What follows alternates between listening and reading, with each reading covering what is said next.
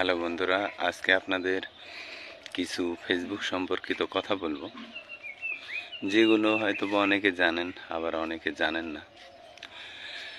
ফেসবুকে বর্তমানে যারা থার্ড পার্টি অ্যাপস ইউজ করে আপনারা ভিডিও এডিটিং করতেছেন, তাদের উদ্দেশ্য কিছু কথা।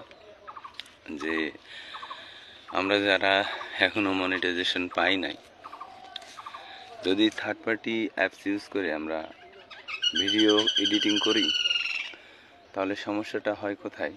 সমস্যাটা হচ্ছে যে আপনি যখন এডিটিং করবেন তখন তার সে অ্যাপসের একটা ওয়াটারমার্ক বা লোগো থেকে যায়। সেই লোগোটা কিন্তু পরবর্তীতে আপনার ঝামেলার কারণ হতে পারে।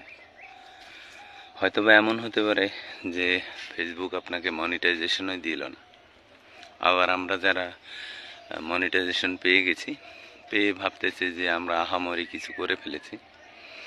আসলে কিন্তু সেটাও না।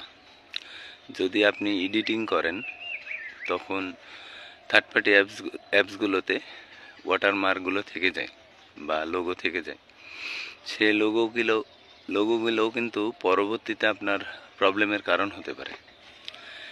এমনও হতে পারে যে আপনার এখন ভিউ আসতেছে অনেক বেশি, আপনি রিচ পাচ্ছেন খুব বেশি, ভবিষ্যতে দেখবেন একদিন হয়তোবা ফেসবুক মেটা আপনাকে ডিটেক্ট করে ফেলেছে যে আপনার ভিডিওতে ওয়াটারমার্ক বা লোগো আছে।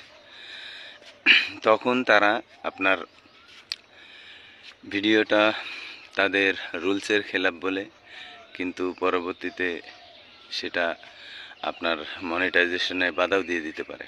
আবার এমনও হতে পারে যে মনিটাইজেশন তারা বন্ধ করে দিল, আপনার একটু ইনকামের ব্যাঘাত ঘটবে। যারা আমরা ফেসবুকে বর্তমান কাজ করতেছি, তারা প্রায় সবাই কিন্তু মনিটাইজেশনের আশায় কাজ করে যাচ্ছে। কেউ হয়তো বা পেয়েছে, কেউ পায় নাই, এটা নিয়ে আমরা চলতেছি এখন বর্তমান। তবে একটা জিনিস ভাববেন আপনারা, যে যদি মনিটাইজেশনেই বাধা পড়ে তাহলে সে কাজগুলো আমরা বর্জন করি।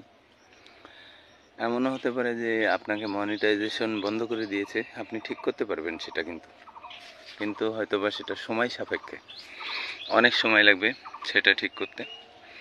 তাই আমরা সে রাস্তায় না হাঁটি।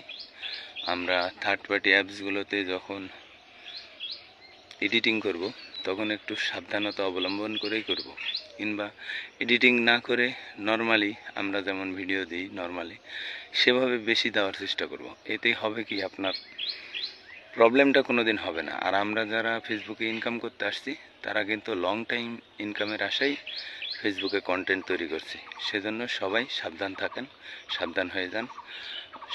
অসংখ্য ধন্যবাদ সবাইকে।